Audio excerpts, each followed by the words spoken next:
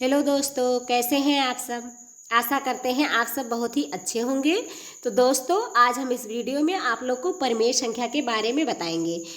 सबसे पहले हम इसमें आप लोग को बताएंगे परिमेय संख्या का विकास कैसे हुआ, परिमेय संख्याओं के विकास की अवधारणा क्या है, परिमेय संख्या का हमारे व्यवहारिक जीवन में उपयोग क्या था, कैसे आई। ठीक है, सबसे पहले हम इसमें परिमेय संख्याओं का विकास देखेंगे। उसके बाद विकास के कुछ प्रमुख बिंदु हैं उसको देखेंगे। इसके बाद हम परिमेय संख्या की सटीक डिफिनेशन को देखेंगे। इसके बाद इसके कुछ प्रमुख बिंदु हैं उसको देखेंगे। ठीक है, तो सबसे पहले हम परिमेय संख्या के विकास के बारे में देखते हैं। परिमेय संख्याओं का विकास प्राचीन काल में भिन्नों और अनुपातों की आवश्यकता से शुरू हुआ, जिसमें यूनानी गणितज्ञ पाइथागोरस ने सभी संख्याओं को दो पूर्णांकों के अनुपात के रूप में व्यक्त करने का विचार दिया था। यह नाम अनुपात शब्द से आया है और इसका तात्पर्य ऐसी संख्याओं से है जिन्हें पी बाई क्यू के रूप में लिखा जा सके, जहां पी और क्यू पूर्णांक हो और क्यू शून्य ना हो। ठीक है, सबसे पहले पाइथागोरस ने संख्याओं को अनुपात के रूप में व्यक्त करने का विचार की अवधारणा दिया। ठीक है, इसके बाद परिमेय संख्या जो है वो अनुपात शब्द से आया है। ठीक है, परिमेय संख्या को हम पी बाई क्यू के रूप में लिख सकते हैं। ठीक है, ये हमारा डिफिनेशन कह रहा है जहाँ पी और क्यू एक पूर्णांक है। पूर्णांक मतलब क्या होता है? पूर्णांक का मतलब होता है, पूर्णांक क्या होते हैं? 0 से 1 2 3 4। ठीक है, इधर -1 -2 -3, 0 से 1 2 3 4 प्लस डॉट डॉट इनफाइनाइट, इधर -1 -2 -3 डॉट डॉट इनफाइनाइट होता है। ठीक है, और क्यू नॉट इक्वल टू 0। इसके बाद हम इसके प्रमुख बिंदु को देखेंगे। प्राकृतिक संख्याएं और भिन्न। गिनती के लिए प्राकृतिक संख्याओं के आविष्कार के बाद लोगों को वस्तुओं को बांटने या साझा करने की आवश्यकता हुई, जिससे भिन्नों और अनुपातों की अवधारणा का विकास हुआ। पहले हम कोई भी चीज़ गिनते थे। ठीक है, इसके बाद लोगों को क्या हुआ? वस्तुओं को बांटना या साझा करने की आवश्यकता हुई। ठीक है, इसके बाद हमें भिन्नों की या भिन्न और अनुपात की अवधारणा का विकास हुआ। जब लोगों को कोई भी वस्तु बांटना या साझा करना पड़ा तो इससे क्या हुआ? अनुपात और भिन्न की अवधारणा का विकास हुआ। ठीक है, हम देखेंगे पाइथागोरस का योगदान क्या है।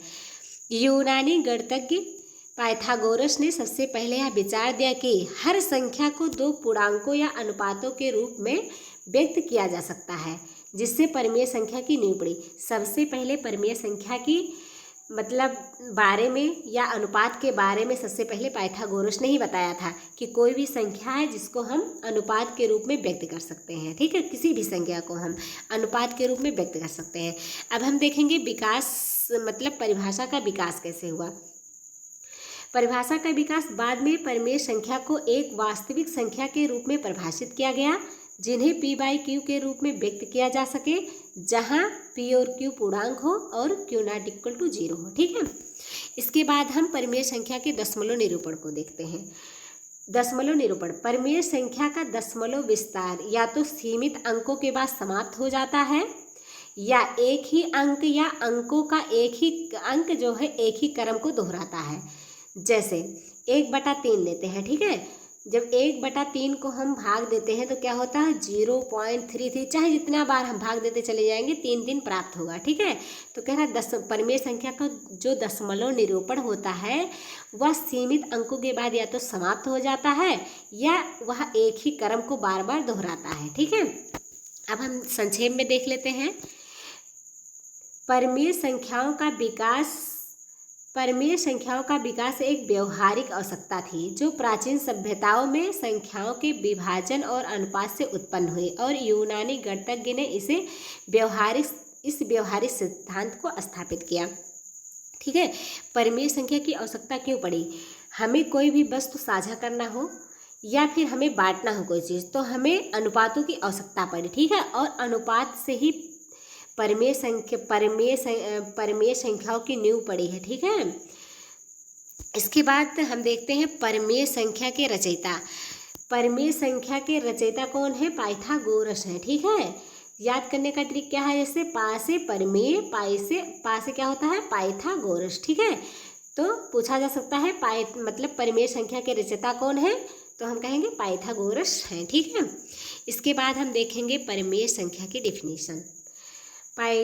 परिमेय संख्या रेशनल नंबर, ऐसी संख्याएं जिन्हें p बाई क्यू के रूप में व्यक्त किया जा सकता है उन्हें परिमेय संख्या कहते हैं, जहां p और q एक पूर्णांक है तथा q नॉट इक्वल टू 0 है। जैसे 2/3, 5/4, 3 हो गया, 0/2 हो गया, -5/3। ठीक है, ये सब क्या है, परिमेय संख्या है। 0/2 ये परिमेय संख्या है, लेकिन अगर हम 2/0 कर देंगे तो ये परिमेय संख्या नहीं रहेगी। क्यों? क्योंकि हमारा डिफिनेशन क्या कह रहा है, कह रहा है कि p और q एक पूर्णांक है जहाँ q not equal 0। Not equal का मतलब होता है कि q बराबर 0 नहीं होना चाहिए।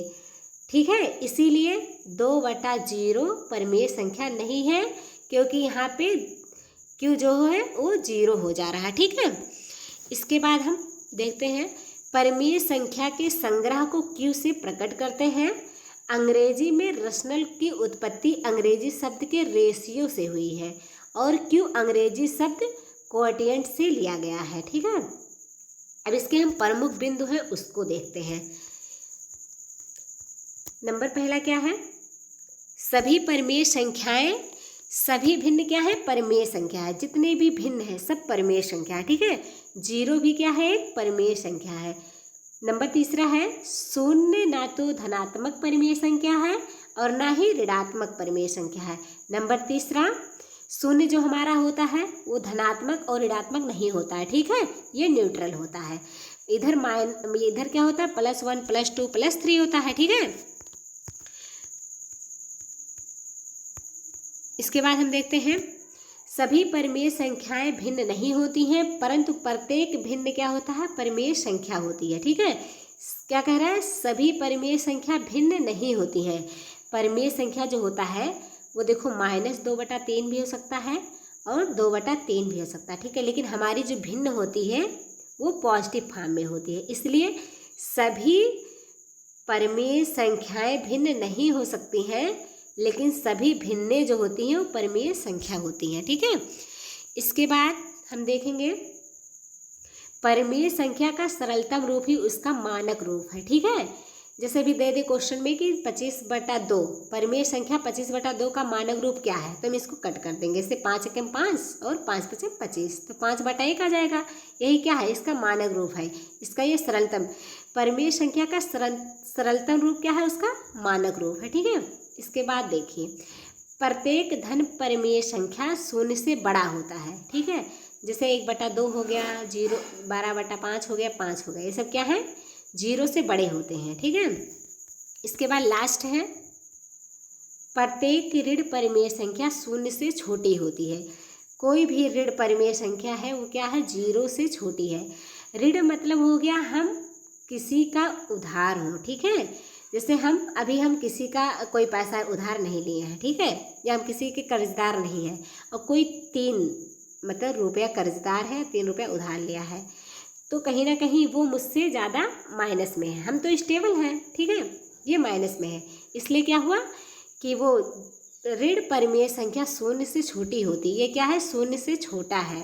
अभी हमें 3 रुपये, इन दोनों में सबको 3 रुपये दे दिए जाए। ठीक है, तो क्या होगा, ये 3 रुपये अगर इनको दे देंगे तो जिसका उधार लेंगे उसको दे देंगे, तो इनके पास कितने रुपये बचेंगे, एक भी पैसे नहीं बचेंगे। लेकिन ये इसके पास 0 है तो क्या हो जाएगा, ये 3 इसके पास बच जाएगा। ठीक है, तो इस प्रकार से हमने परिमेय संख्या की परिभाषा, उसके प्रमुख बिंदु और उसके कुछ विकास की अवधारणा के बारे में समझा है। ठीक है, थैंक यू।